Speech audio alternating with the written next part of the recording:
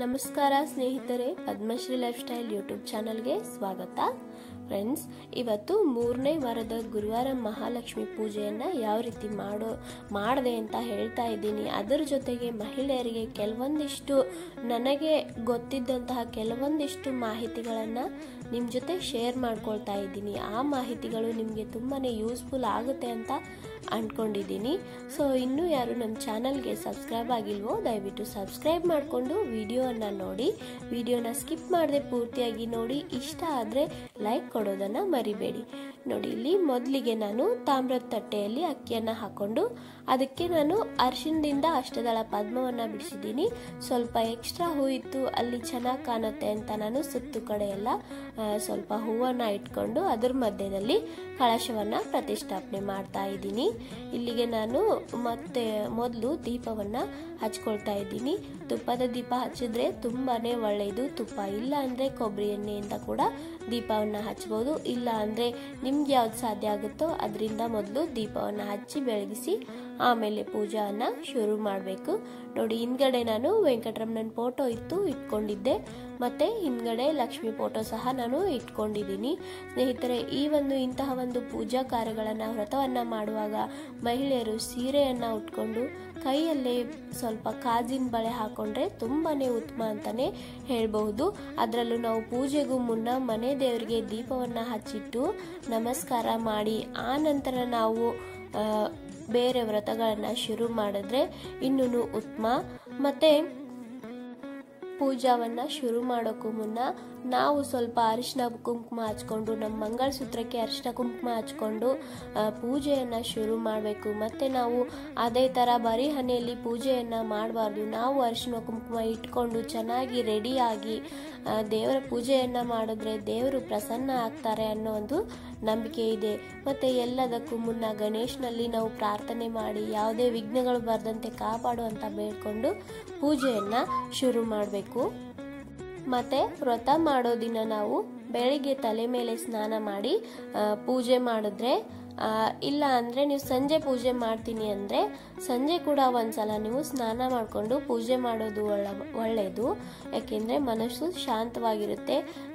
ಬೆಳಿಗ್ಗೆಯಿಂದ ಸಂಜೆವರೆಗೆ ನಾವು ಮನೆಯಲ್ಲಿ ಕೆಲಸ ಮಾಡಿರ್ತೀವಿ, ಬಟ್ಟೆ ಎಲ್ಲ ಒಗೆದಿರ್ತೀವಿ, ಪಾತ್ರೆ ತೊಳೆದಿರ್ತೀವಿ, ಮತ್ತು ಆಮೇಲೆ ಮತ್ತೆ ಎಲ್ಲಾದರೂ ಅಡ್ಡಾಡಿರ್ತೀವಿ. ಅದಕ್ಕೋಸ್ಕರ ಸಂಜೆ ಒಂದ್ಸಲ ಸ್ನಾನ ಮಾಡಿ ಪೂಜೆಯನ್ನು ಮಾಡಿದ್ರೆ ತುಂಬಾ ಉತ್ತಮ. ತಲೆ ಮೇಲೆ ಮಾಡಬೇಕು ಅಂತ ಏನಿಲ್ಲ. ತಲೆ ಮೇಲೆ ಒಂದ್ಸಲ ಬೆಳಿಗ್ಗೆ ಮಾಡಿರ್ತೀವಿ, ಮತ್ತು ಸಾಯಂಕಾಲ ನಾವು ಜಸ್ಟ್ ಒಂದು ಸ್ನಾನ ಮಾಡಿದ್ರೆ ಅಷ್ಟೇ ಸಾಕು. ಆವಾಗ ನೀವು ಚೆನ್ನಾಗಿ ರೆಡಿಯಾಗಿ ಪೂಜೆಯನ್ನು ಮಾಡಿದ್ರೆ ತುಂಬಾ ಒಳ್ಳೆಯದು. ನೋಡಿ, ಇಲ್ಲಿ ಲಕ್ಷ್ಮೀ ಮುಖವಾಡಕ್ಕೆ ಸ್ವಲ್ಪ ಮೇಕಪ್ ಮಾಡೋದನ್ನು ನಾನು ನಿಮಗೆ ಸ್ವಲ್ಪ ಸ್ಲೋಲಿಯಾಗಿ ತೋರಿಸ್ಕೊಡ್ತಾ ಇದ್ದೀನಿ. ಯಾರಿಗೆಲ್ಲ ಮಾಡೋಕ್ಕೆ ಇಂಟ್ರೆಸ್ಟ್ ಇರುತ್ತೋ ಅಥವಾ ಒಬ್ಬೊಬ್ಬರಿಗೆ ಗೊತ್ತಿರಲ್ಲ, ಅದಕ್ಕೋಸ್ಕರ ಹೇಳ್ಕೊಡ್ತಾ ಇದ್ದೀನಿ ಇವತ್ತು. ನೋಡಿ, ನಾನು ಒಂದು ಕಾಜಲನ್ನು ಲಕ್ಷ್ಮಿಗೋಸ್ಕರ ಅಂತಾನೆ ಎಕ್ಸ್ಟ್ರಾ ತಂದಿಟ್ಟು ಬಿಟ್ಟಿದ್ದೀನಿ. ಏಕೆಂದರೆ ನಾವೆಲ್ಲ ಯೂಸ್ ಮಾಡೋದು ದೇವರಿಗೆ ಯೂಸ್ ಮಾಡೋದು ನನಗೆ ಅಷ್ಟೊಂದು ಒಳ್ಳೇದು ಅನಿಸಲ್ಲ. ಅದಕ್ಕೋಸ್ಕರ ಒಂದು 30ರಿಂದ 40 ರೂಪಾಯಿ ಬೀಳುತ್ತೆ. ಅದನ್ನು ಒಂದ್ಸಲ ನಾವು ತಂದಿಟ್ರೆ ತುಂಬ ದಿನನೇ ಬರುತ್ತೆ. ನೋಡಿ, ನಾನು ಕೂಡ ತಂದಿಟ್ಟು 1 ವರ್ಷದ ಮೇಲಾಯಿತು. ನಾನು ಅದನ್ನು ಕೇವಲ ಲಕ್ಷ್ಮೀ ಮಾತೆಗೆ ಮಾತ್ರ ಉಪಯೋಗಿಸ್ತೀನಿ. ಆಮೇಲೆ ಈ ಥರ ಎಲ್ಲ ಅಲಂಕಾರ ಮಾಡಿದ್ರೆ ಲಕ್ಷ್ಮೀ ಮುಖವಾಡ ತುಂಬಾ ಚೆನ್ನಾಗಿ ಕಾಣುತ್ತೆ, ನಮಗೂ ಕೂಡ ಖುಷಿ ಆಗುತ್ತೆ ಅಂತ ನಾನು ಸ್ವಲ್ಪ ಅಲಂಕಾರವನ್ನು ಮಾಡ್ತಾ ಇರ್ತೀನಿ. ನೋಡಿ, ಈ ಥರ ಕಾಜಲ್ನಿಂದ ಕಣ್ಣಿಗೆ ಮತ್ತು ಐಬ್ರೋಗೆ ಎಲ್ಲ ಕಡೆ ನಾನು ಮಾಡ್ಕೊಂಡಿದ್ದೀನಿ. ಆಮೇಲೆ ಇಲ್ಲಿ ನೋಡಿ, ನಾನು ಅಷ್ಟಗಂಧ ಹಚ್ಕೊಂಡು ಅದರ ಮೇಲೆ ಸ್ವಲ್ಪ ಅರಿಶಿನ ಹಚ್ಕೊಂಡು ಆಮೇಲೆ ಇಲ್ಲಿ ಮೇಲ್ಗಡೆ ಸಹ ನಾನು ಅರಿಶಿನ ಹಚ್ಕೊಂಡು ಕುಂಕುಮನ ಹಚ್ಕೊಳ್ತೀನಿ. ಇದು ಸ್ವಲ್ಪ ಹಸಿ ಮಾಡಿ ಹಚ್ಚಿದ್ರೆ ಕುಂಕುಮ ಎಲ್ಲ ಚೆನ್ನಾಗಿ ಅಲ್ಲಿ ಸೆಟ್ ಆಗುತ್ತೆ ಅಂತ ಮೊದಲು ಅಷ್ಟಗಂಧವನ್ನು ಅರಿಶಿನವನ್ನು ಹಚ್ಕೊಂಡು ಆಮೇಲೆ ಕುಂಕುಮವನ್ನು ಹಚ್ಕೊಳ್ತೀನಿ. ಇಲ್ಲಿ ಮೇಲ್ಗಡೆ ಸಿಂಧೂರ ಹಚ್ಚಲಿಕ್ಕೆ ಸಹ ಒಂದು ಡಿಸೈನ್ ಇದೆ, ಅಲ್ಲಿ ಕೂಡ ನಾವು ಕುಂಕುಮ ಅರಿಶಿನ ಏನಾದರೂ ಹಚ್ಕೊಳ್ಬಹುದು. ಅದಷ್ಟೇ ಎಷ್ಟು ಚೆನ್ನಾಗಿ ಲುಕ್ ಕೊಡುತ್ತೆ ಲಕ್ಷ್ಮೀ ಮಾತೆಗೆ. ಅದಕ್ಕೋಸ್ಕರ ನಾನು ಯಾವಾಗಲೂ ಸ್ವಲ್ಪ ಅಲಂಕಾರ ಮಾಡ್ತಿರ್ತೀನಿ. ಆಮೇಲೆ ಮೂಗಿಗೆ ಹಾಕಲಿಕ್ಕೆ ಅಲ್ಲಿ ಒಂದು ಹೋಲ್ ಸಹ ಇದೆ, ಅಲ್ಲಿ ಕೂಡ ನಾವು ಮೂಗ್ಬೊಟ್ಟು ಅಥವಾ ಮೂಗ್ನಂತು ಹಾಕೊಳ್ಬಹುದು.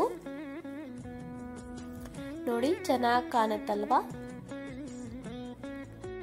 ಲಕ್ಷ್ಮೀ ಮಾತೆ ಅಲಂಕಾರ ಪ್ರಿಯ ಆಗಿರೋದ್ರಿಂದ ಅವಳಿಗೂ ಕೂಡ ಅಲಂಕಾರ ಮಾಡಿ ನಾವು ಕೂಡ ಅಲಂಕಾರ ಮಾಡಿಕೊಂಡು ಪೂಜೆಯನ್ನು ಮಾಡಿದ್ರೆ ಲಕ್ಷ್ಮೀ ಮಾತೆಯ ಒಂದು ಆಶೀರ್ವಾದವನ್ನು ನಾವು ಆದಷ್ಟು ಬೇಗ ತೆಗೆದುಕೊಳ್ಬಹುದು ಅಂತಾನೆ ಹೇಳ್ಬೋದು. ನನಗೂ ಕೂಡ ಈ ಅನುಭವ ನಿನ್ನೆ ಆಗಿದೆ.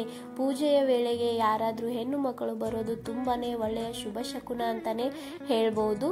ನಮ್ಮ ಮನೆಯಲ್ಲೂ ಕೂಡ ಈ ಅನುಭವ ಆಗಿದೆ. ಅದಕ್ಕೋಸ್ಕರ ತುಂಬಾ ಖುಷಿಯಾಗಿದೆ.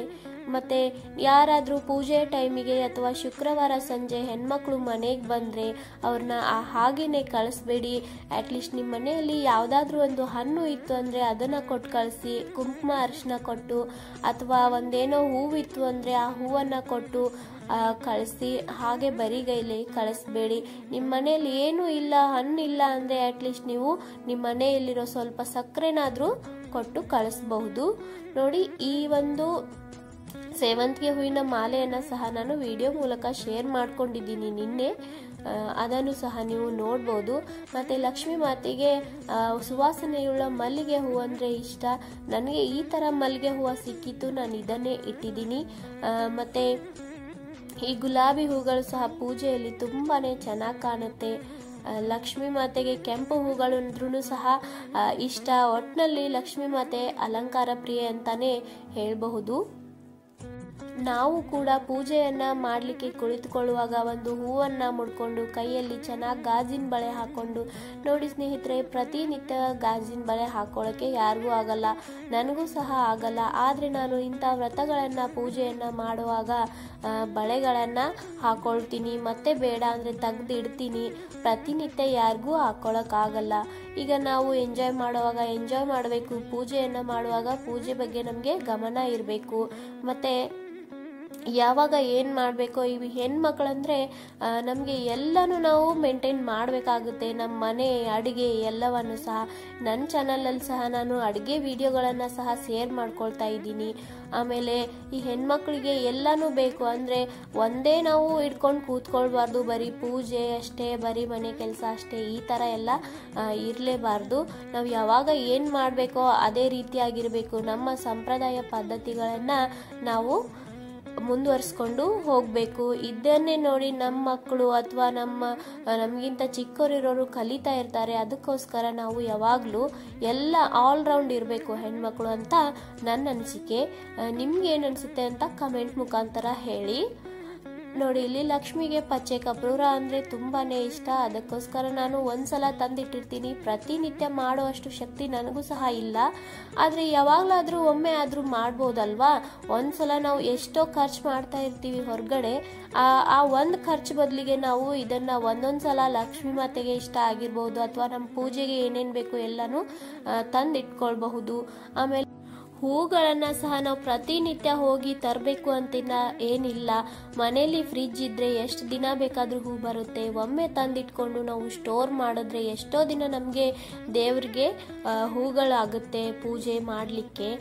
ಹೂವಿಲ್ಲದ ಒಂದು ಪೂಜೆ ಅಷ್ಟೊಂದು ಚೆನ್ನಾಗಿ ಅನಿಸಲ್ಲ.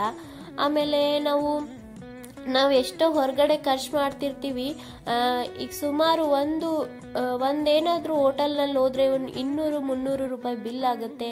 ಅದೇ ಒಂದ್ಸಲ ಅದನ್ನು ನಾವು ಸ್ಕಿಪ್ ಮಾಡಿದ್ರೆ ಅದೇ ನಮ್ಮ ಪೂಜೆಗೆ ಅಥವಾ ಮತ್ತೆ ಯಾವುದಕ್ಕೂ ಯೂಸ್ ಆಗ್ತಾ ಇರುತ್ತೆ.